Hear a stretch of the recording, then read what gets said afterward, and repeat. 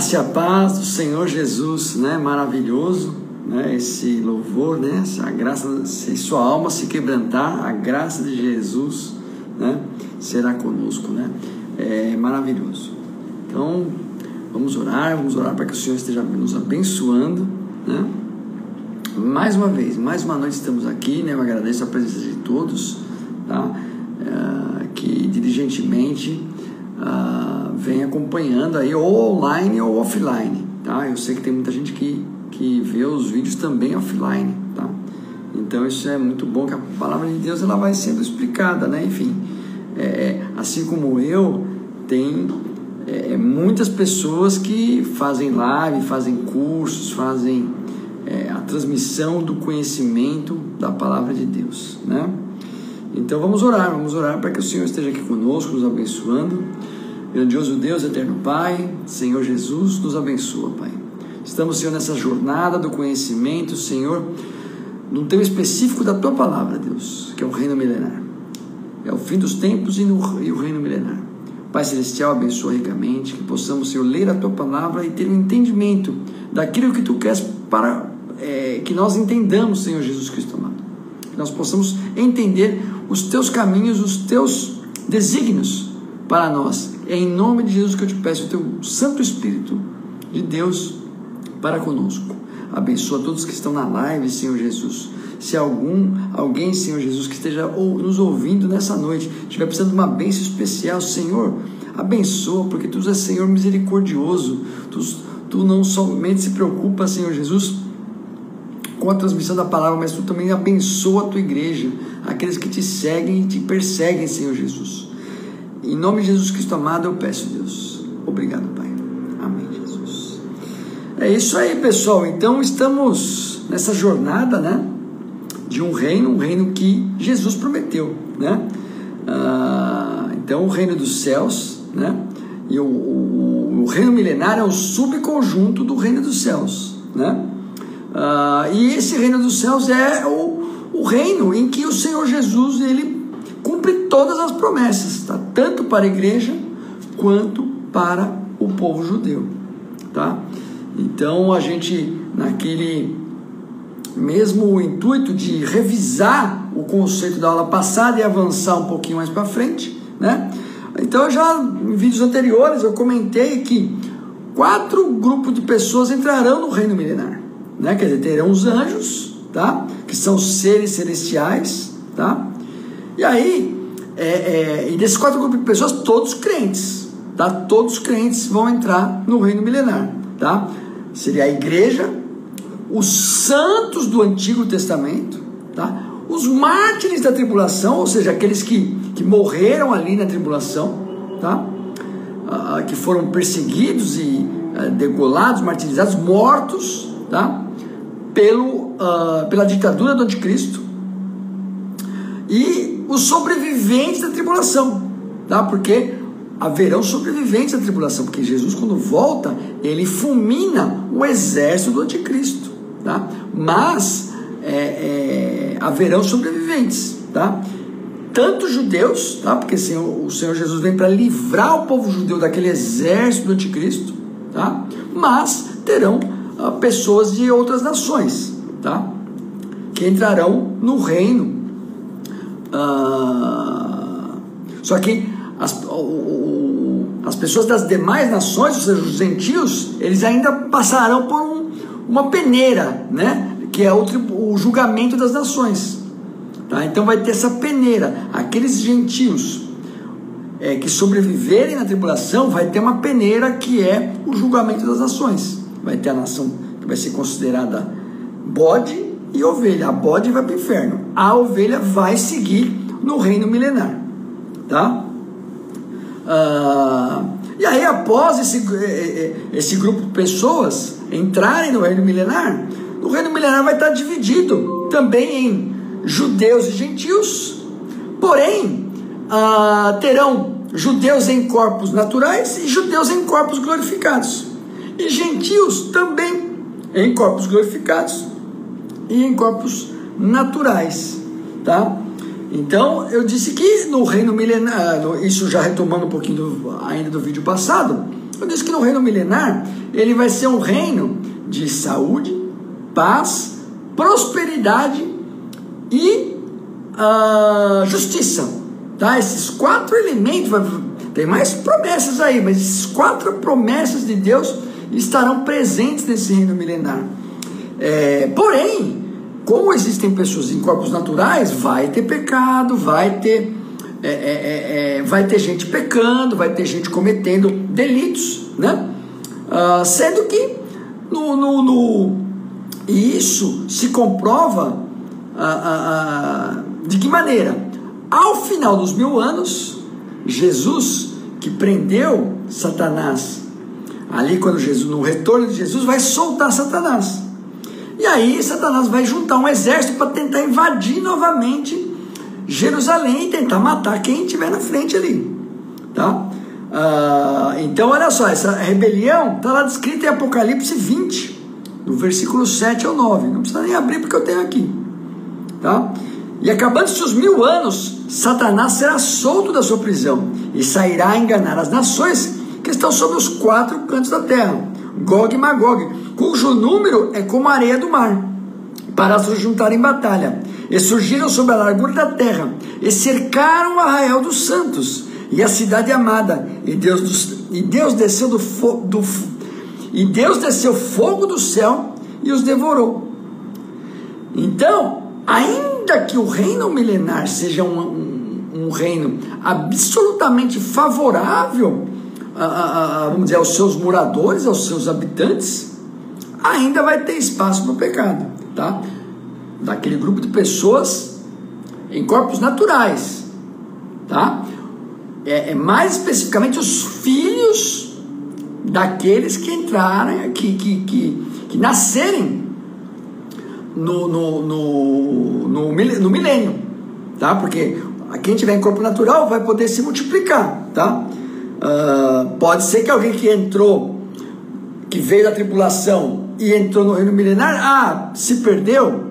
Pode ser, mas eu acho pouco provável, né? Mas pode acontecer, tá? Mas o que eu quero uma coisa importante que eu quero que vocês entendam, não é que o reino milenar vai começar maravilhoso e ele vai degradando ao final, e sendo que nos 1000 anos é aquela degradação generalizada. Não, o conceito não é esse. O conceito é que a aplicação da justiça, a promoção da paz, saúde e prosperidade, ela vai ocorrer durante os 1000 anos. Os 1000 anos esses benefícios estarão. Quer dizer, os pecados que forem cometidos durante esses 1000 anos, eles serão terão a sua justiça, ou seja, aqueles que cometerem o delito serão punidos. Por quê? Porque o governo é de Jesus. A administração, as leis e a execução da lei estará a cargo de Jesus, tá? Ele vai ser o mandatário, ele vai ter as pessoas que vão aplicar, né, a execução das leis, tá? Para a promoção desses 4 elementos que eu te falei, tá? Então o pecado ele vai estar minorado durante todos os 1000 anos. Por quê? Porque vai ter justiça, vai ter punição, vai ter pena para quem cometer delito, tá? Então ele vai estar, a possibilidade de erro vai estar minorada, tá? Durante os 1000 anos. É que no final, quando Satanás for solto, aquelas pessoas, vamos dizer, elas vão perceber uma oportunidade de se desviar dos caminhos de Deus, tá? Então, isso que é importante. A promoção da justiça no reino milenar, ele vai sufocar aquela elevação do pecado, como a gente vê hoje, né? O pecado se elevando, né? Cada vez mais, geração em geração, né? Então isso não vai acontecer no reino milenar. Porém, naquela última geração, quando Satanás for solto, vai ter essa oportunidade de sair dos desígnios de Deus, tá? Porque a gente lembra de Satanás. Satanás, ele foi um anjo caído, mas todo o ambiente, a comunhão dele com Deus era perfeita. Então não é o ambiente ou a influência de alguma coisa que fez Satanás ser o anjo caído.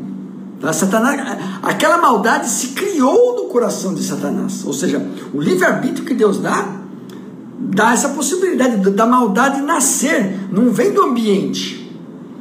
Não vem do ambiente, vem de dentro ali do coração. Então a gente vê, por exemplo, que Satanás, ele em um certo ponto, ele escolheu lá a maldade, escolheu a ambição própria, tá?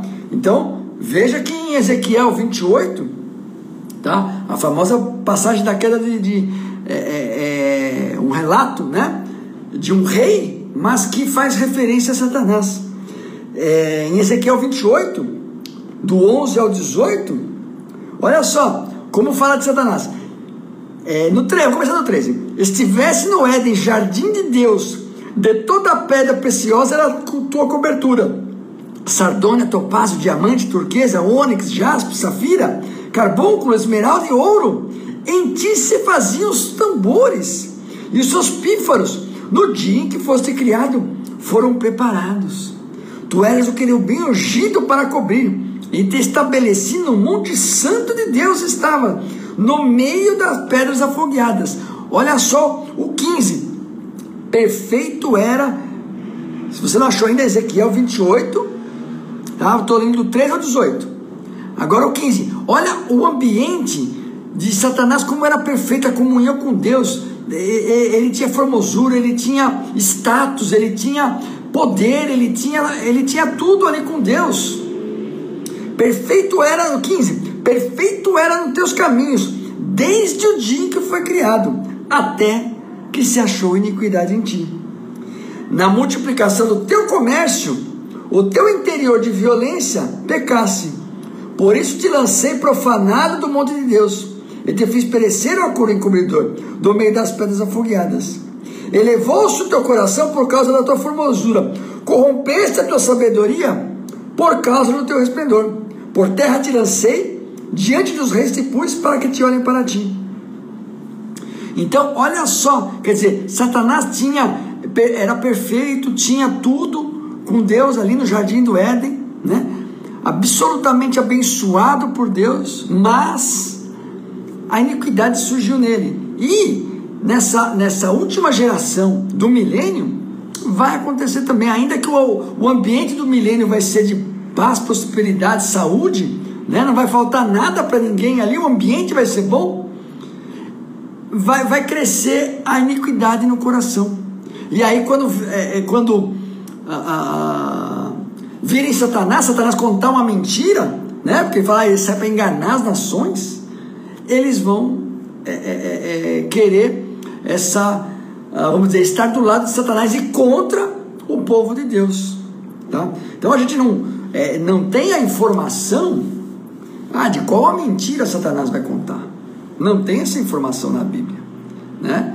Quando ele fala, ele sairá para enganar as nações. Porém,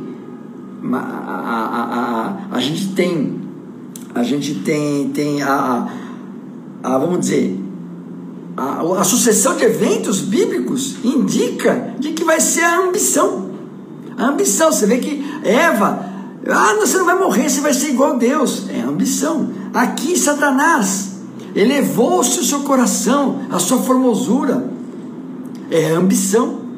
Que ele queria, em outro relato ele fala que ele queria se elevar acima das estrelas, acima de Deus. É a ambição.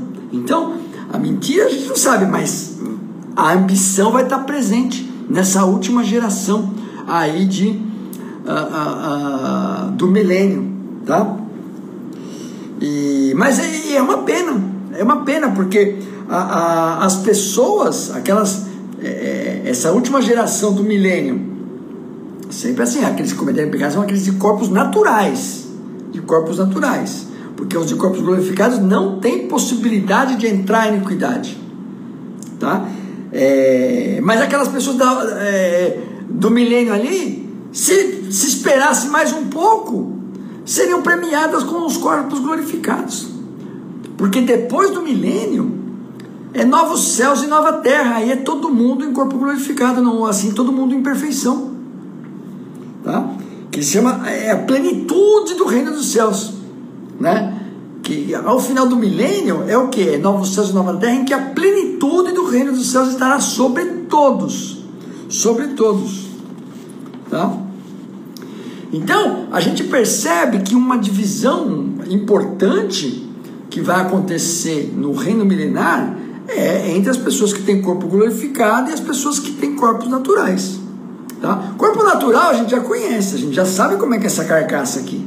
A gente sabe que a gente tem raiva, a gente tem vaidade, a gente tem fome, sede, a gente, enfim, os sentimentos, né, as capacidades desse nosso corpo natural nós conhecemos.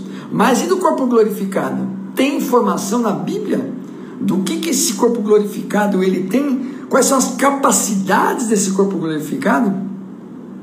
Então é isso que nós vamos tratar hoje aqui, porque não são muitas informações, né? Isso não é muito extenso na Bíblia, ou seja, Deus não deixou muita informação.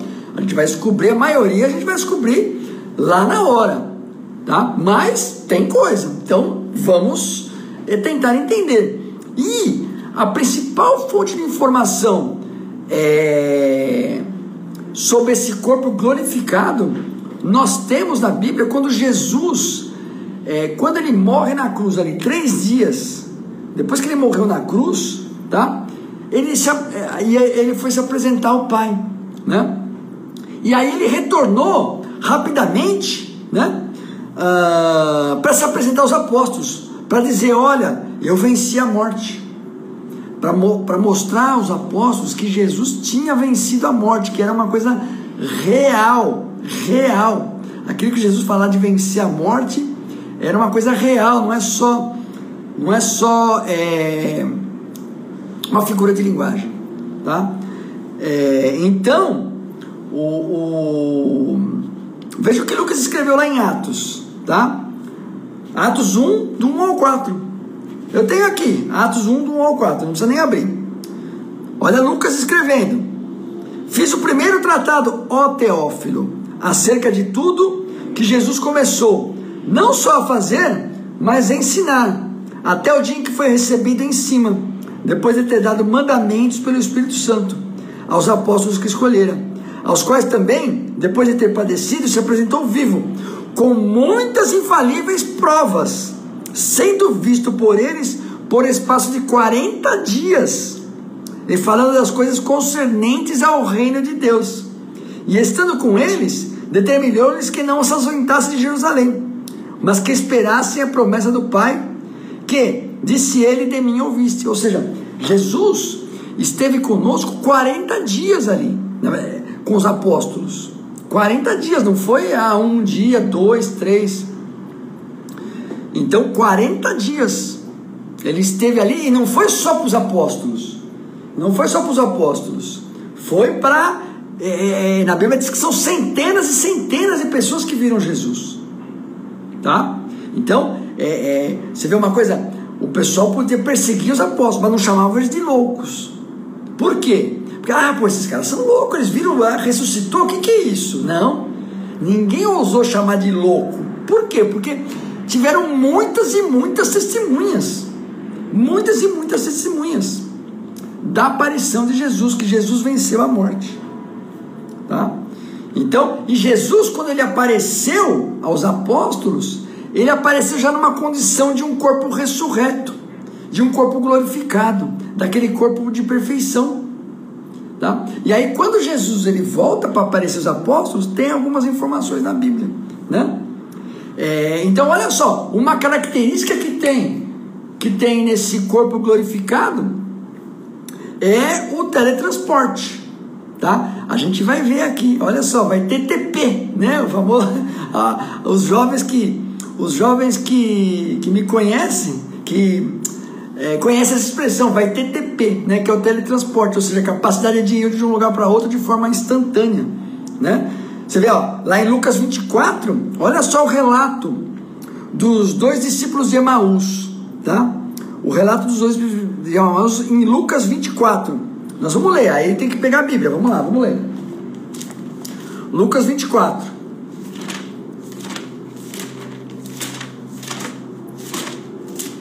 Lucas 24.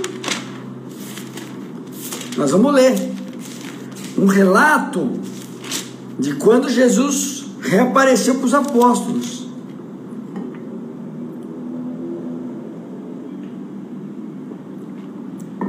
Nós vamos ler do 13 ao 31, tá?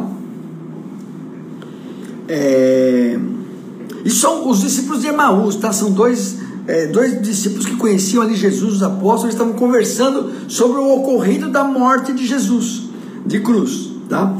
No 13: eis que no mesmo dia iam dois deles, Lucas 24, versículo 13. Eis que no mesmo dia iam dois deles para uma aldeia que distava de Jerusalém, 60 estados, cujo nome era Emaús. Iam falando entre si de tudo aquilo que havia sucedido. E aconteceu que, indo eles falando entre si e fazendo perguntas um ao outro, o mesmo Jesus se aproximou e ia com eles. Até aí é uma aproximação, tá? Mas os olhos deles estavam como fechados para que não o conhecessem. E ele lhes ia: que palavras são essas que caminhando trocai entre vós? E por que estáis tristes? Tá? Ou seja, Jesus fez uma pergunta. E respondendo um, cujo nome era Cleopas, lhe disse: és tu só peregrino em Jerusalém e não sabe as coisas que nele não têm sucedido nesses dias? Quer dizer, eles não reconheceram Jesus de primeira ali. Eles sabiam que era Jesus, conheciam Jesus, mas não reconheceram de primeira ali, tá? E ele lhes perguntou: quais? E eles disseram: as que dizem respeito a Jesus Nazareno, que foi homem profeta, poderoso em obras e palavras diante de Deus e de todo o povo. E com os principais sacerdotes e os nossos príncipes o entregaram à condenação de morte e o crucificaram. E nós esperávamos que fosse ele o que remisse Israel. Mas agora, sobre tudo isso, já é hoje o terceiro dia desde que essas coisas aconteceram. É verdade que também algumas mulheres dentre nós nos maravilharam, as quais de madrugada foram ao sepulcro, e não achando o seu corpo, voltaram dizendo que também tinham visto uma visão de anjos, que dizem que ele vive. E alguns dos que estavam conosco foram ao sepulcro, e acharam ser assim como as mulheres haviam dito, porém a ele não o viram. Quer dizer, ele diz ali: olha, tem relato de gente que viu Jesus vivo. Ninguém viu, mas diz que tirou a pedra no corpo não estava lá. Então ele conta um relato de que tem, vamos dizer, alguma coisa extraordinária aconteceu, mas ninguém o viu.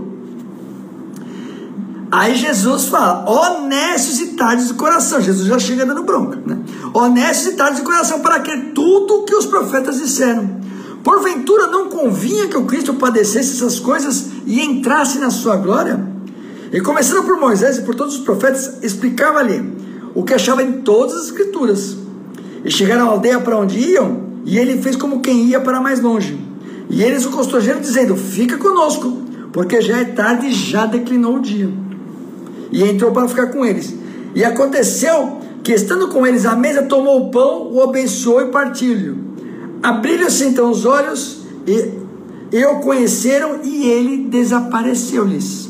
O tópico é esse aqui. O tópico é esse aqui, né? Ou seja, Jesus num corpo glorificado, tá? Ele desapareceu na frente dos discípulos, tá? Então esse é uma capacidade de um corpo glorificado, tá? Vamos ver novamente essa questão do corpo glorificado. Vamos dar sequência aqui na história.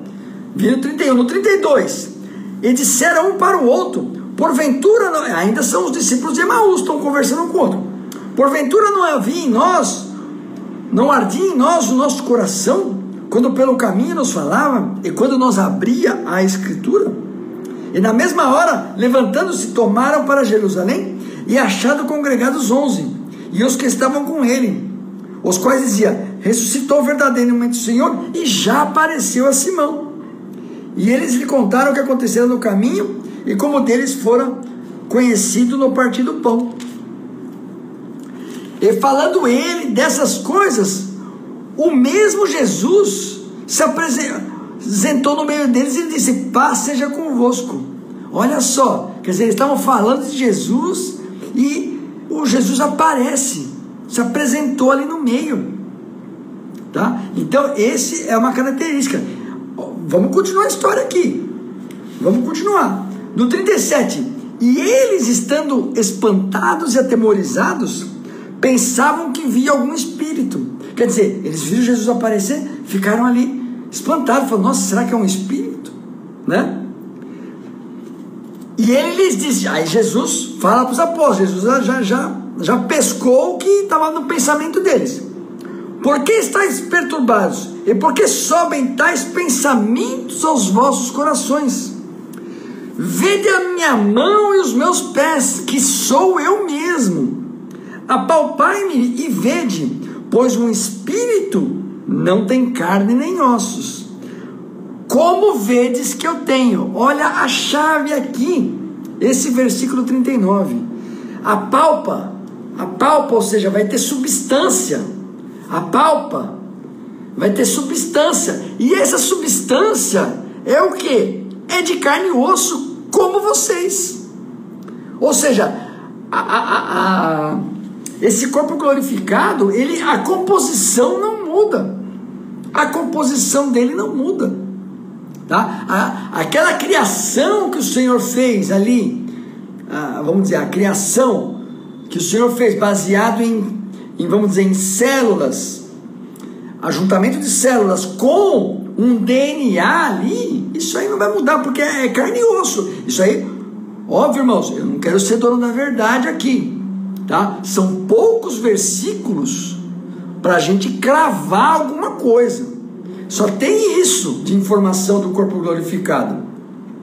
Então, eu não vou, se alguém pensar de alguma forma diferente, apresenta os versículos e vamos discernir, tá? Então, isso aqui vamos dizer, é até uma opinião, mas é óbvio, baseado no texto. Não é baseado só no que eu acho, não. É baseado no texto. O texto está me dizendo aqui, olha, um espírito não tem carne e osso. Quer dizer, vai ter substância, como vedes que eu tenho. E dizendo isso, olha só, e dizendo isso, mostrou-lhe as mãos e os pés. Então, ou seja, Jesus está mostrando, ele pôs à disposição ali dos discípulos, né? E não crendo eles ainda, estando maravilhosos, Jesus ainda pergunta: tendes alguma coisa para comer? Quer dizer, olha a alimentação, ou seja, esse corpo não vai ser diferente, ou seja, para você comer um alimento, ele tem que ser metabolizado. E é metabolizado pelas máquinas moleculares que estão que é a nossa composição. Células que fazem trabalhos, tá? Então é isso. Então eles apresentaram parte de um peixe assado e um favo de mel, e ele tomou e comeu diante deles. Então são algumas características desse corpo glorificado, tá? Questão de aparecer, desaparecer de forma instantânea. Vai ser com substância, vai ter carne e osso, tá? Então, veja-me que sou eu mesmo, pois um espírito não tem carne nem ossos, como vedes que eu tenho. Ou seja, Jesus fala: olha, eu tenho carne e ossos, tá? Então, essa é a comprovação desta vamos dizer, informação de que eu estou passando aqui, tá? A diferença é que o corpo glorificado ele não vai sofrer desgaste, ele vai estar numa constante regeneração, ele vai estar em constante regeneração em que nada vai poder corromper ou desgastar ou adoecer ou apodrecer, alguma coisa assim. Por quê? Porque a criação de Deus é perfeita. O pecado é que gerou o desgaste, o pecado é que gerou essa capacidade do corpo ir definhando, tá? Então o corpo glorificado está em constante trabalho de conservação. Então, já falei aqui que esse corpo glorificado haverá possibilidade de alimentação. Tem estudiosos que falam, não, a alimentação é algo opcional. O corpo glorificado não precisa se alimentar. Eu não vou brigar quanto a isso. Eu vou dizer que se Jesus comeu é porque precisa. Tá? Então, mas tem um detalhe. Não vai haver preocupação com a questão da alimentação, porque vai ter abundância. Vai ter abundância. Então, não é uma preocupação a questão da alimentação, porque afinal de contas, nosso corpo, que são máquinas biológicas que precisam de energia para elas trabalharem, tá? Então, esse é o conceito, tá? Então, eu entendo que se Jesus pediu ali a comida, porque ele precisa. Tem estudiosos que dizem que não precisa, tá? Então, depois que a gente viu essa questão das características do corpo glorificado, para a gente poder entender um pouco da dinâmica, né? Da dinâmica do reino milenar. É importante. Então vai ter TP, vai ter o corpo glorificado não vai ter corrupção, tá? Tudo isso é importante para a gente entender cada vez mais os acontecimentos. E essa questão da prosperidade, né? Essa questão da prosperidade, a gente vai ler aqui. Vamos ler aqui em Joel, tá? Joel 2, tá? Joel 2, ele repassa aquela cena antes do milênio, que é o retorno de Jesus, tá? Mas aí depois ele vai falar da prosperidade, tá? Então Joel capítulo 2, tá? Livro do profeta Joel.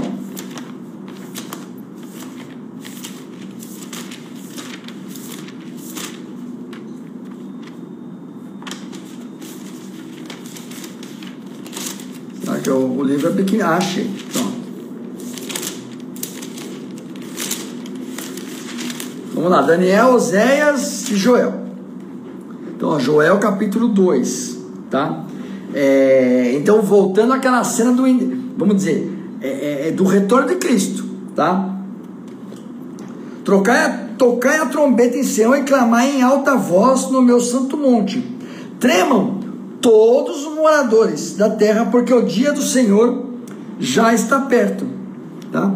Dia de trevas e escuridão, dia das nuvens e densas trevas, como a alva espalhada sobre os montes.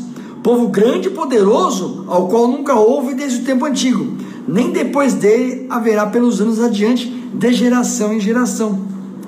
Diante dele um fogo consome, atrás dele uma chama brasa. A terra diante dele é como o jardim do Éden, mas atrás dele é um desolado deserto, e sim, nada lhe escapará. A sua aparência é como de cavalos e como cavaleiros. Isso aqui é o exército anticristo, tá? Essa cena aqui é o exército anticristo tentando invadir Jerusalém. No 5, como o estrondo de carros irão saltando sobre os cumes dos montes, como o ruído da chama de fogo que consome a pragana, como um povo poderoso posto em ordem para o combate.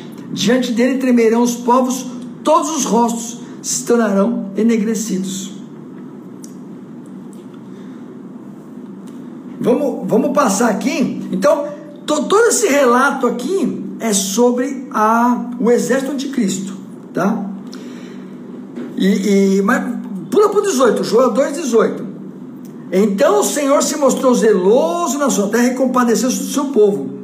E o Senhor respondendo disse ao seu povo: eis que vos envio o trigo, o mosto e o azeite, e serei deles fartos, e não vos entregarei mais ao opróbrio entre os gentios.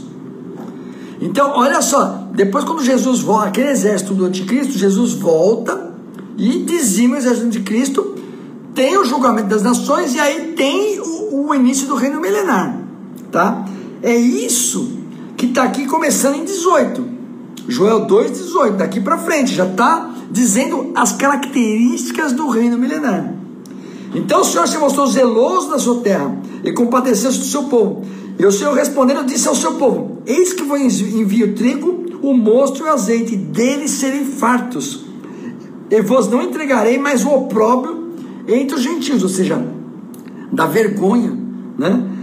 Mas removerei para longe de vós o exército do norte, lançá-los-ei para uma terra seca e deserta, na sua frente para o mar oriental, e na sua retaguarda para o mar ocidental. E subirá seu mau cheiro, e subirá sua podridão, porque fez grandes coisas.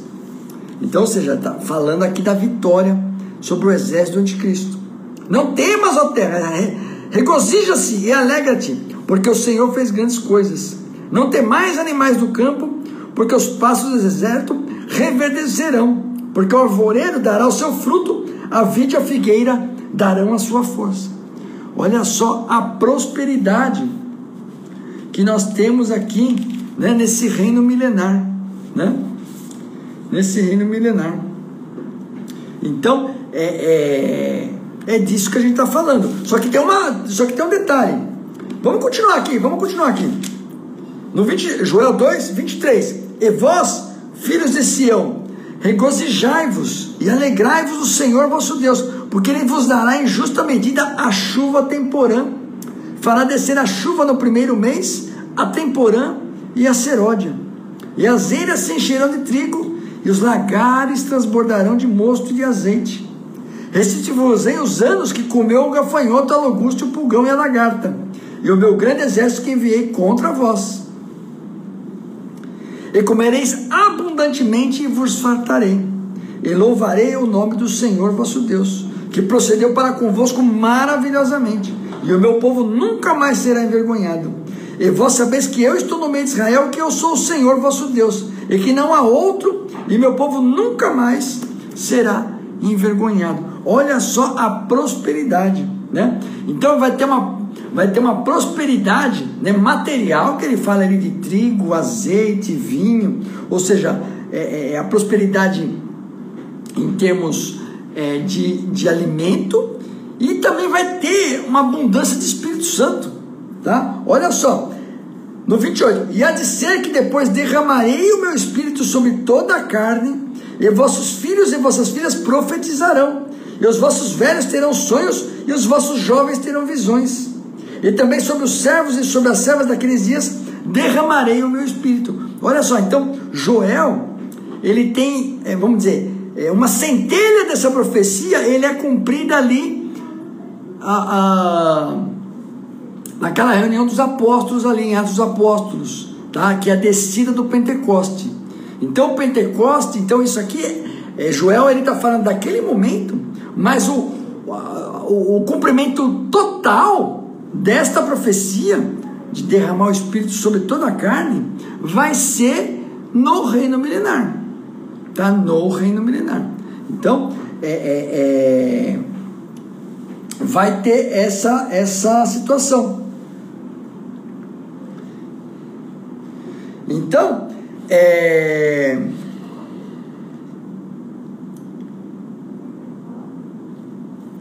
então vamos lá, aquela prosperidade, né? Só que essa prosperidade, olha só, ela é incondicional para o judeu. Para o judeu. Porque esse texto aqui é uma profecia para o povo judeu. Tá? Só que as nações, os gentios também terão prosperidade. Só que ela é uma prosperidade condicional. Condicional. E eu vou ler isso aqui lá em Zacarias 14, que aí ele fala da prosperidade do judeu, mas fala da prosperidade das nações. Então vamos ver Zacarias 14. Para o povo judeu vai ser prosperidade, tudo isso que eu falei aqui é para o povo judeu. Para as nações vai ter também, mas condicionada. E eu vou ver aqui em Zacarias, ó, pula um pouquinho para frente aí de Joel, Zacarias 14.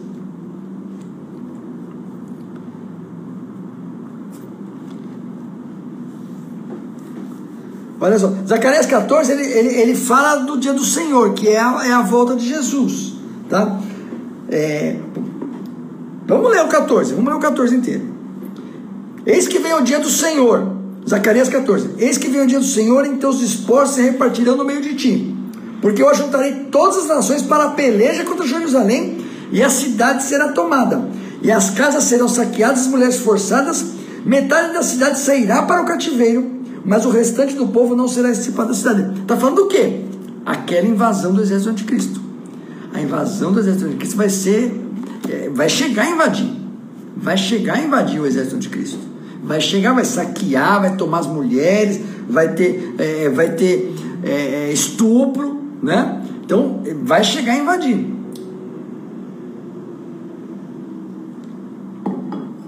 Mas, olha no 3. E o Senhor sairá e pelejar contra essas nações, como pelejou sim no dia da batalha. Essa é a volta de Cristo. E naquele dia estará aos pés sobre o Monte das Oliveiras, que está de frente de Jerusalém para o Oriente, e o Monte das Oliveiras será fendido pelo meio. Para o Oriente e para o Ocidente haverá um vale muito grande, metade do monte se apartará para o norte e outra metade para o sul. Lembra que no Apocalipse ali diz que o maior terremoto de todos os tempos, que nunca houve antes na Terra, o maior terremoto da história, vai acontecer ali no retorno de Cristo. A geografia da Terra vai mudar de forma considerável. Esse terremoto ele vai mudar a geografia de modo considerável, tá? No 6, e acontecerá naquele dia que não haverá preciosa luz, nem espessa escuridão. Lembra que quando Jesus volta, ele vence, depois vai ter uma escuridão. Mas será um dia conhecido do Senhor, nem dia nem noite será mais acontecer que ao cair da tarde haverá luz. Ou seja, o Senhor vai aparecer, e aí quando Jesus ele volta a aparecer, aí é onde diz que todo olho verá, toda a nação. Naquele dia acontecerá que sairão de Jerusalém águas vivas, metade delas para o mar oriental e metade delas para o mar ocidental. No verão e no inverno sucederá isso. Ou seja, em Jerusalém, essas águas vivas, o terremoto ele vai mudar a geografia, ele vai surgir rio, vai mudar, vai aplainar, aquela região ali vai ficar plana pelo terremoto que aconteceu. No 9, e o Senhor será rei sobre toda a terra, e naquele dia um será o Senhor e um será o seu nome. Toda a terra em redor se tornará em planície. Olha aqui, olha, ficando plano, desde Geba até Rimon ao sul de Jerusalém. E ela será exaltada e habitada no seu lugar, desde a porta de Benjamim até o lugar da primeira porta. E habitarão nela e não haverá mais destruição, porque Jerusalém habitará segura. Olha só, então, os profetas, se você ler os profetas, tem essa cena você vê muitas vezes, que é o que? A situação pecaminosa de Jerusalém, isso do povo judeu, está distante do Senhor. Aí tem a cena vamos dizer, do exército da Magidão invadindo Jerusalém.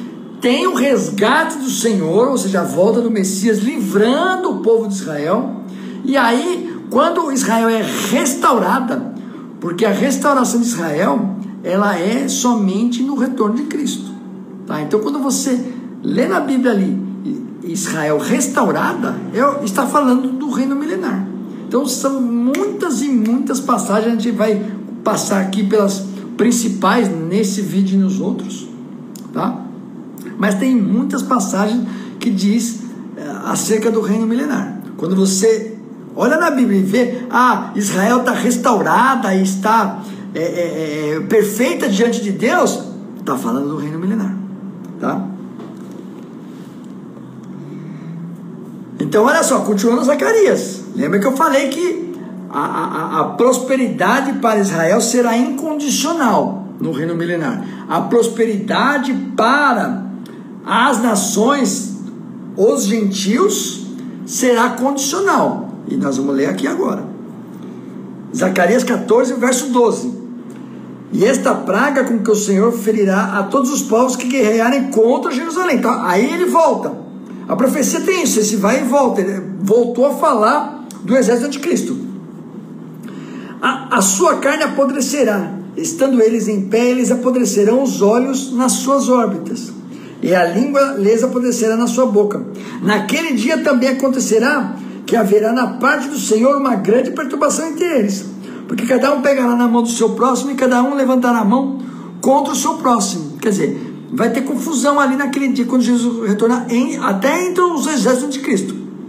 E também Judá pelejará em Jerusalém, e as riquezas de todos os gentios serão ajuntadas ao redor, ouro e prata e roupas em grande abundância.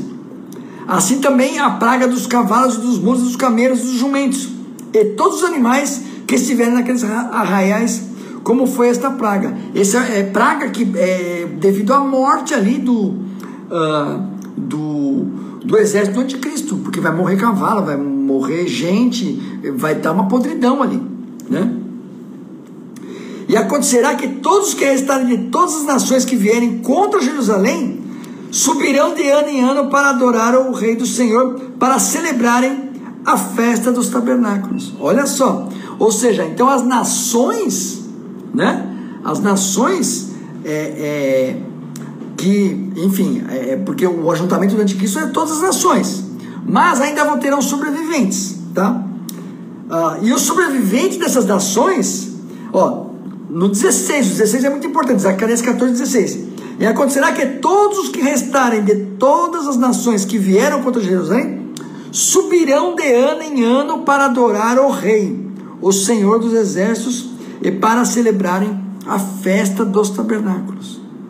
Então, olha só uma obrigação que vai acontecer no reino milenar.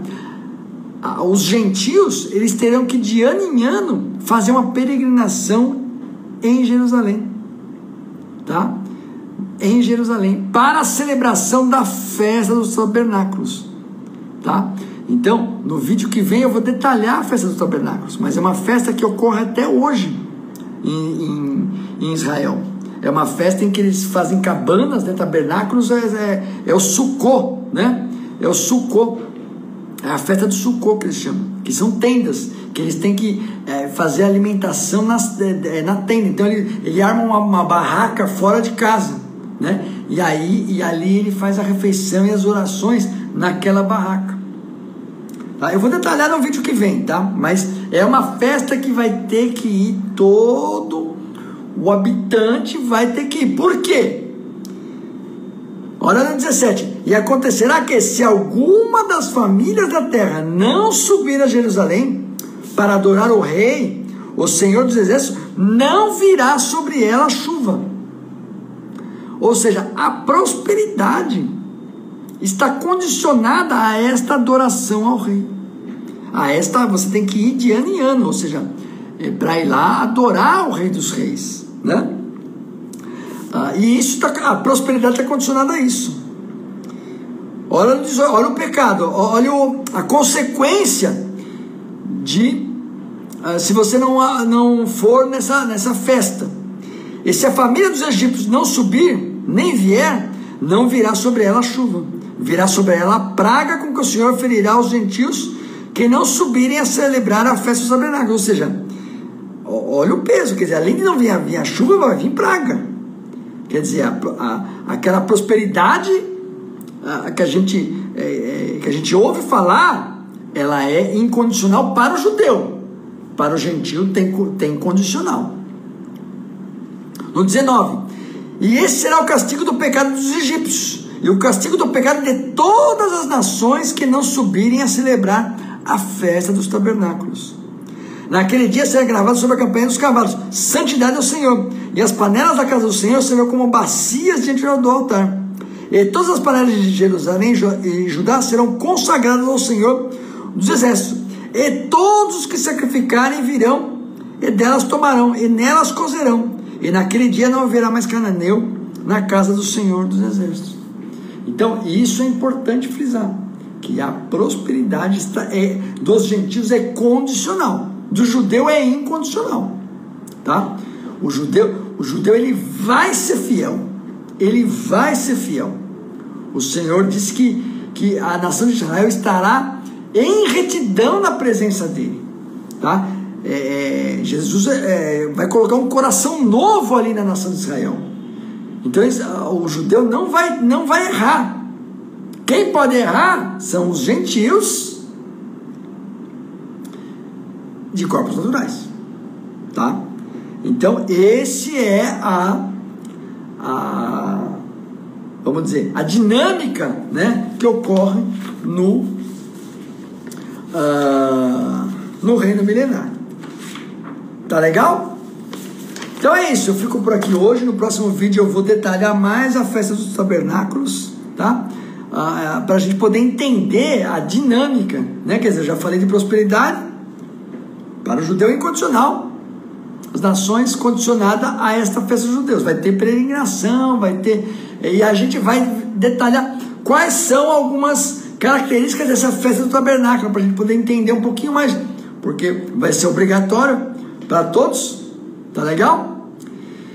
Então é isso aí, pessoal, que Deus abençoe todos. Obrigado pela presença, aqueles que assistem online, Deus abençoe ricamente, aqueles que assistem offline também, da mesma forma, tá?